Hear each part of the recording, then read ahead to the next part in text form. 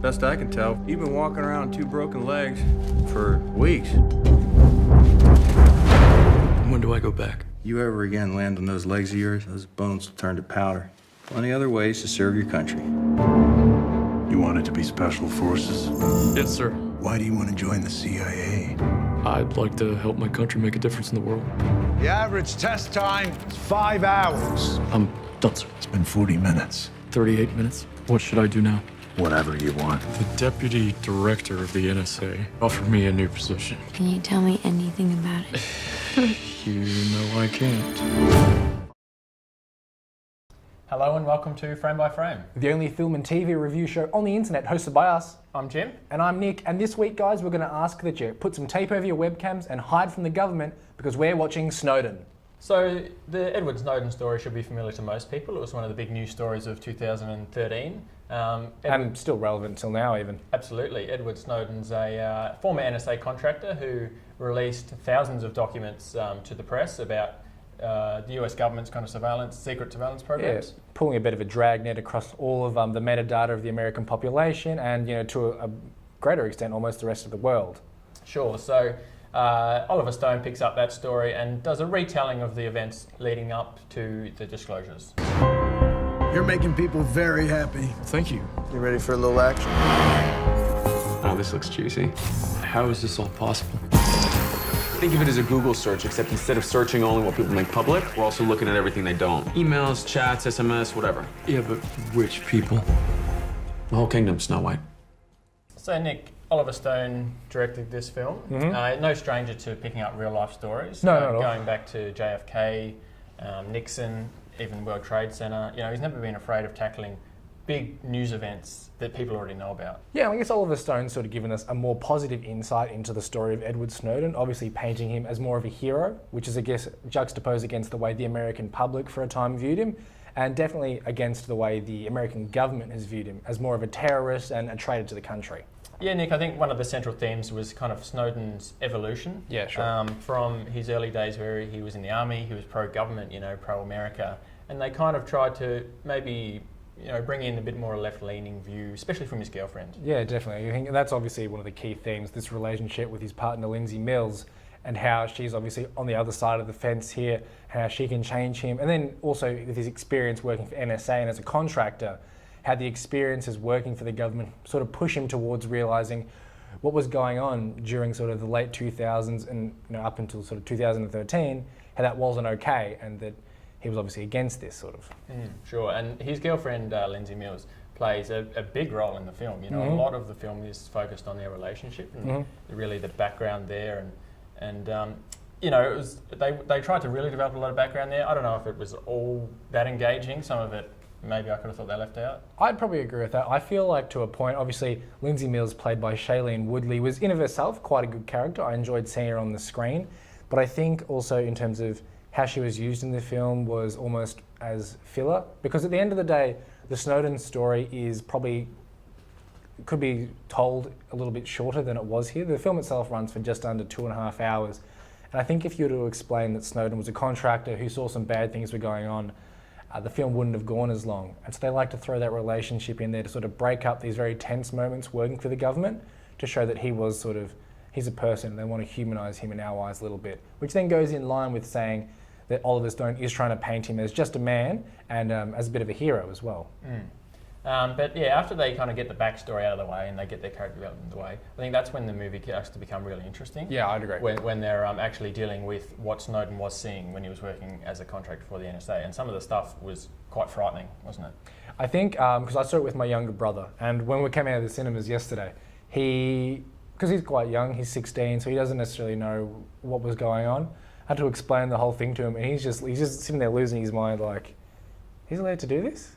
Like, that's really bad. I'm like, yeah, that's why he did what he did. It's a bit messed up, and he might have been given a bit of bias because obviously the film does paint Snowden in such a positive light, but I think it's the view that a lot of people are starting to take, and as time moves on, and I quite liked seeing Joseph Gordon-Levitt as Snowden, and I thought that he showed the transition, I guess, of Edward Snowden from very right-wing, pro-government style guy throughout the film towards the end when he's, anti-government, he's looking for freedom of speech, he's got his rights to sort of put this information out there, and he's taking full advantage of that. And I think he played it quite well. He made it look very natural between it all. So overall, this film, the challenge is obviously with the story that everyone knows about, is to make it interesting, make it engaging, give it some tension. And I thought parts of the film did that. Other parts got a bit dull, got a bit boring. It was a bit uneven. Overall, it was a like kind of movie for me. Far from love, but not terrible. Yeah, I'd probably agree with that in saying I didn't mind it. It's a pretty good film. Gives you a new spin on, I guess, the Edward Snowden story. You get to see a more positive take on it, which, especially coming from people in my family, do speak quite negatively on it, because it's still one of those things that in society and across the world, it's still up for debate as to whether or not what he did was the right thing. And just for some solid performances, Shailene Woodley, Joseph Gordon-Levitt, and even a Nicolas Cage appearance towards the start of the film and towards the end as well. All in all, relatively good watch. The NSA is really tracking every cell phone in the world. Most Americans don't want freedom. They want security. Except people, they don't even know they've made that bargain. Are they watching us? There's something going on inside the government that's really wrong, and I can't ignore it. I just want to get this data to the world. Hey. I feel like I'm made to do this, and if I don't do it, then I don't know anybody else that can. Off the back of a relatively successful Emmy season, a new HBO show has come out, Jim, that you've been watching, The Night Of. Yeah, another one in the long line of kind of HBO dramas. HBO have built their reputation on really strong drama, going back to The Sopranos and The Wire. Yeah. And this is another one, very much along those lines. The Night Of is a story of Nazir Khan, a young Pakistani-American kid, college kid, who goes out to a party stealing his dad's cab.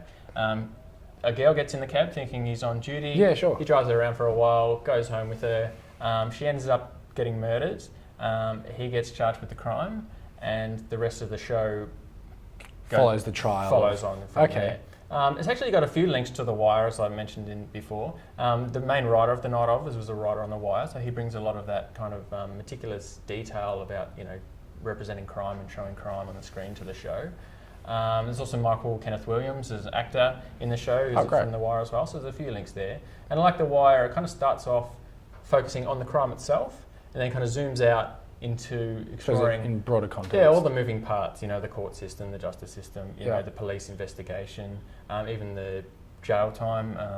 Naz spends a few weeks in Rikers Island jail. Okay, cool. And it kind of explores the horrible experience that he has while he's just waiting for this trial. So there's a lot of moving parts, really gripping, really well told story. The acting is first class. Riz Ahmed plays the young Pakistani-American kid. Sure. John Turturro plays this great character who's a lawyer, who's maybe a little bit unprepared for kind of such a big case. First class acting all the way. I found it a really gripping and fantastic show. Another bullseye from HBO, as it turns out.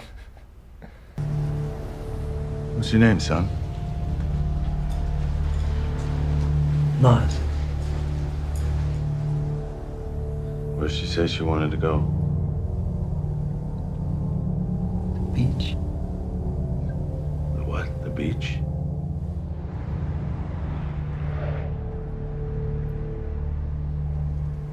What happened, Nas?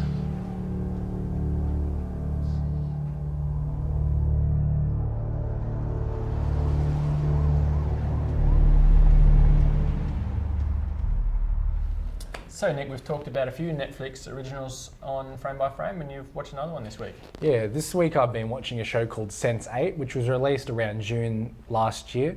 And Sense8 revolves around 8 strangers who, in the context of the show, from all over the world, they all share one common trait, and that's that they're able to share each other's senses unknowingly. So the show obviously is very much like your Vantage Point and Armageddon in the sense that it follows several key groups of characters and shows how their storylines intertwine.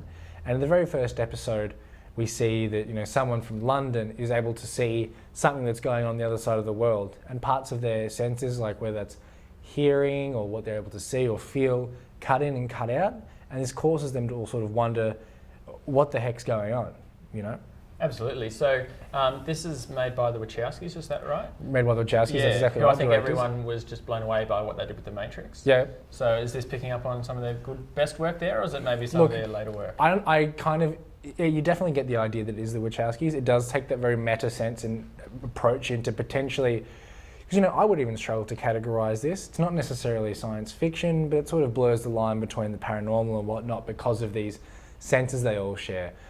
With that said, I wouldn't say it's as revolutionary or groundbreaking as The Matrix. I personally have only managed to get through a couple of episodes. I found that in the pursuit of trying to follow all these different storylines, they've been ignoring sort of the more appealing ones, purely so they can pursue perhaps the less interesting ones and try and bring them into the story. And look, power to them. Later on in the season, they might become a little more relevant, but in the early stages of this 12-episode run that they've had so far, you're not seeing enough of the appealing characters, and for that, it sort of lost me a little bit. If you know what it means to be reborn, a sensate. Oh, what? You saw her, but that's just the beginning. I can feel you. You're not really here, are you? You are no longer just you. You will start to feel strange things. Anger and joy and pain, pleasure, without any reason. All right, well, that's about all we've got time for this week. Make sure to check out next week's episode of Frame by Frame, and in the meantime, guys, keep your webcams covered. I'm Nick. I'm Jim. We'll see you next week.